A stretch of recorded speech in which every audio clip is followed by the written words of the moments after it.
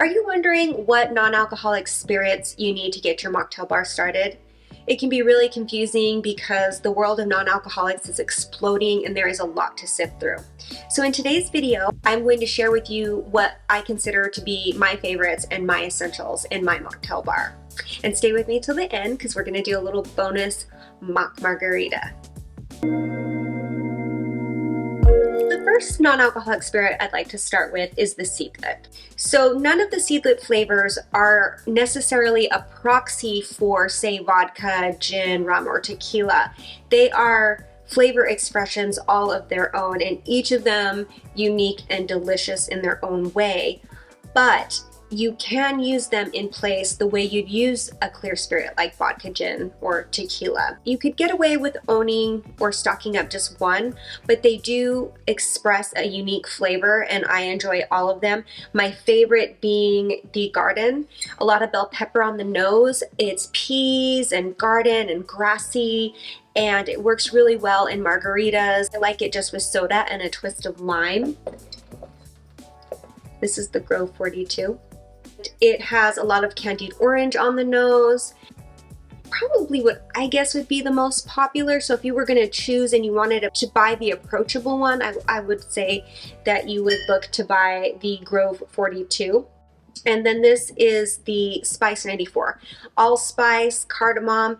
To me, it has tiki vibes because when I smell it, I get a lot of cola on the nose. But all of these are really great with just soda water, tonic, and a lemon, orange, lime twist. So you can't go wrong there.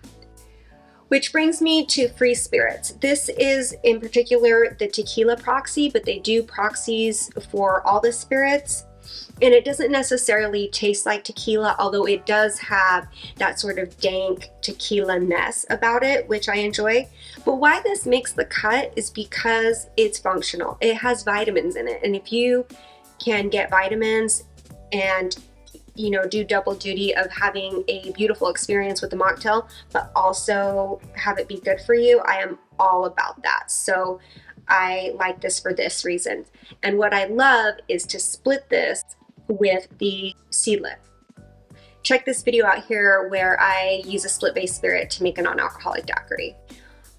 I used to love doing split base spirits in cocktails. We did it most often with tequila and mezcal because the tequila would mellow out the smokiness of the mezcal and bring out some of the grassy notes and really make it more approachable for people who had just been trying mezcal for the first time. But also, we did a lot of split bases with opposing spirits, and those really worked too. We did rye and gin together, and with the other components in the cocktail, they played really well together. And that happens in non-alcoholic spirits because you start leveling up and getting these layers of flavor, which I think is the important part when you're making a mocktail. Because making a mocktail good is making it special and making it interesting and making someone feel like they're savoring something and drinking something that is an experience. And then if you are a whiskey drinker, Gnista has a lot of that barreled oak flavor. It has a lot of raisin. It gives me sherry vibes. So I really like this. It mixes well, but my favorite thing to do is to split it with the Lyre's Highland malt, or you could even do it with the American malt. There's something that Lyre's really does well, and that's how they get you on the nose. And half of how we experience taste comes from our olfactory senses. And so when you pair this with something else, it gets super nuanced. And I think that is the ticket to making a good mocktail, is getting something very interesting and something that feels special the way that craft cocktails do. So if you like whiskey of any kind, definitely the Gnista is a beautiful purchase. But if you really want to level that up, I would say the Lyre's Highland malt or American malt in combination. And they will make a beautiful old fashioned, a whiskey sour. It's just wonderful. And then that brings me to the Lyre's Dark Cane Spirit, which I use a lot of. Very rummy, rum-ish, very rum on the nose. It makes a great float because it keeps those aromatics at the top. It's got that deep amber, beautiful color, and it's lovely. So if you're a rum drinker, or we're heading into summer and you want to make some great tropical mocktails, I would recommend the Liar's Dark Cane Spirit and the Seedlip Spice 94. That would be a great pair together. So that covers our spirits. I do want to mention aplos. I like to use aplos in gin drinks, although it doesn't have a really strong, it doesn't have any juniper flavor. It has its own flavor. It still gives you that sort of herbaceous feeling that you get from gin. I have yet to find a really great gin replacement. If you have tried one, please let me know in the comments. The thing is, for me, they all lack that juniper forward flavor. If you used to drink gin, or you're a gin drinker and you're taking a break from alcohol and you're looking for that, you want that juniper, I'm eating a pine tree flavor. I loved it. I am in search for it. So like I said, if you find it, let me know in the comments, or if you know. Ready to drink mocktails are really exploding on the market. My current favorite is the Phony Negroni. This tastes so much like a Negroni. I mean, it tastes like a Negroni. And you can pour this over ice. It's got a little bit of carbonation. Throw an orange slice and you're done. Beautiful mocktail.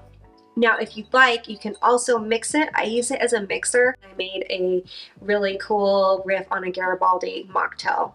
So super delicious, beautiful color, very well crafted.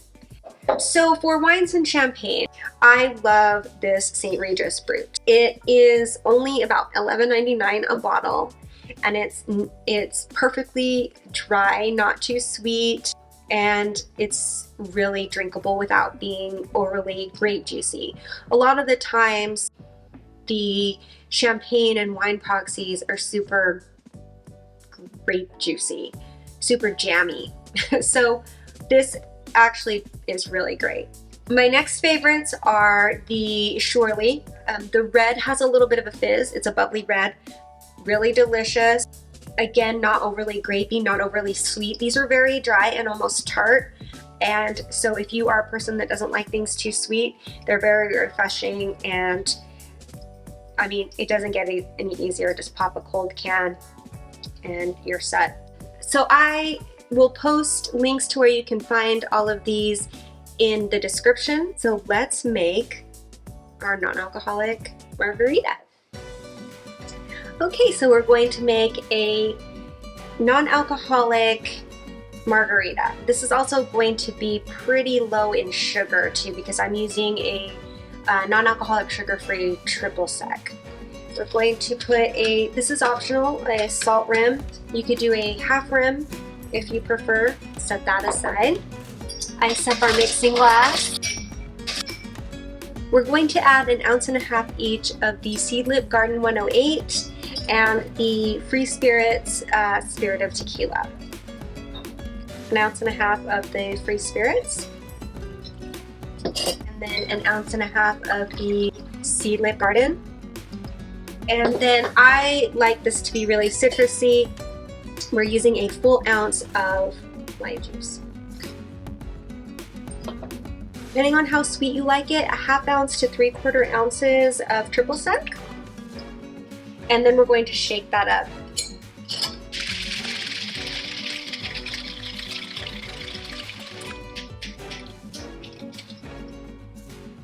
You could strain this and then add fresh ice. I'm just going to dirty pour. We're just doing a really quick and easy little margie. Top it off with a little bit of extra fresh ice cubes. And garnish it with